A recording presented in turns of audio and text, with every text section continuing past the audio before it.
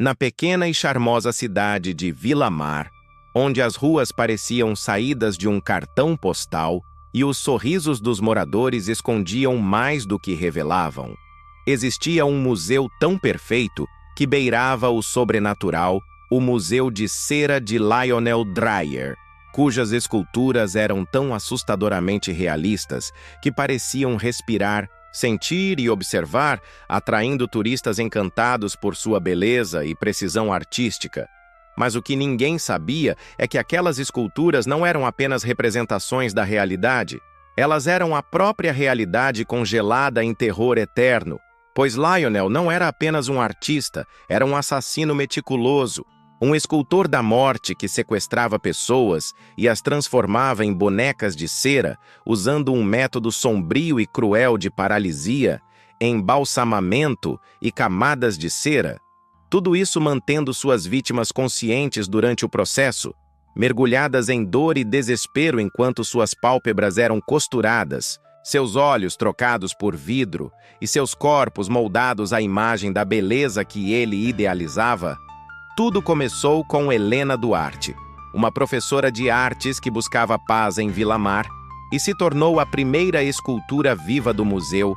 paralisada após beber um chá contaminado em um encontro com Lionel e eternizada em um vestido floral com um sorriso que ela jamais escolheria dar, e assim, uma a uma, vítimas foram escolhidas com base em critérios doentios de simetria e pureza, desaparecendo da cidade enquanto o museu ganhava fama, sendo aplaudido por todos, inclusive pelas autoridades que Lionel comprava com doações generosas. E o horror crescia enquanto as bonecas se acumulavam nas vitrines, cada uma um monumento silencioso à dor, com olhos de vidro que pareciam implorar socorro e espelhos estrategicamente posicionados ao redor do museu para que os visitantes vissem a si mesmos ao lado das vítimas como uma ameaça velada, como se dissessem: "Você também ficaria bem aqui." Até que um dia, Luísa, uma jornalista investigativa de São Paulo, chegou à cidade para escrever uma matéria sobre o museu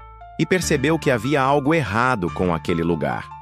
O cheiro de cera misturado com algo metálico, os olhos das bonecas que pareciam segui-la e as histórias abafadas de desaparecimentos antigos, tudo indicava um segredo que ninguém ousava revelar. E quando Luísa finalmente encontrou uma passagem escondida no museu que levava a um porão macabro, ela viu as bonecas inacabadas, corpos com olhos vivos, paralisados, implorando em silêncio, e instrumentos cirúrgicos ao lado de moldes de cera humana. Mas antes que pudesse fugir, foi capturada por Lionel, que já havia preparado seu molde e a transformou na nova peça central da galeria, As Vozes Silenciadas. E ela, agora imortalizada com um bloco de notas em mãos e expressão de encantamento,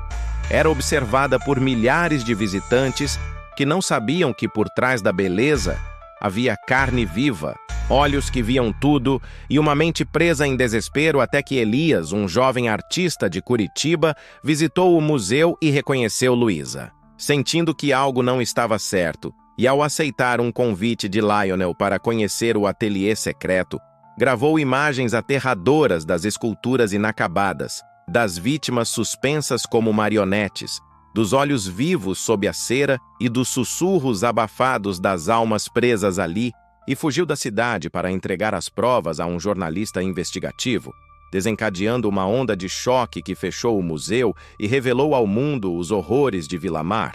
Mas Lionel desapareceu sem deixar rastros, e pouco tempo depois, bonecas hiperrealistas começaram a surgir em outras partes do mundo, exposições itinerantes com peças tão reais que pareciam humanas, e relatos de desaparecimentos ligados a esses objetos começaram a se espalhar, enquanto Elias, agora paranoico e perseguido por sombras, recebia miniaturas com seu rosto deixadas à porta de casa. Até que um dia, ele também desapareceu, deixando para trás uma escultura perfeita de si mesmo, com olhos que imploravam ajuda, e uma nota escrita à mão.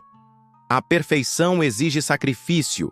deixando no ar a terrível possibilidade de que Lionel não apenas sobreviveu, mas espalhou sua arte maldita pelo mundo e que talvez em algum museu aparentemente inocente você esteja cara a cara com uma escultura que um dia foi gente e que em silêncio implora para ser salva ou pior, implora por companhia.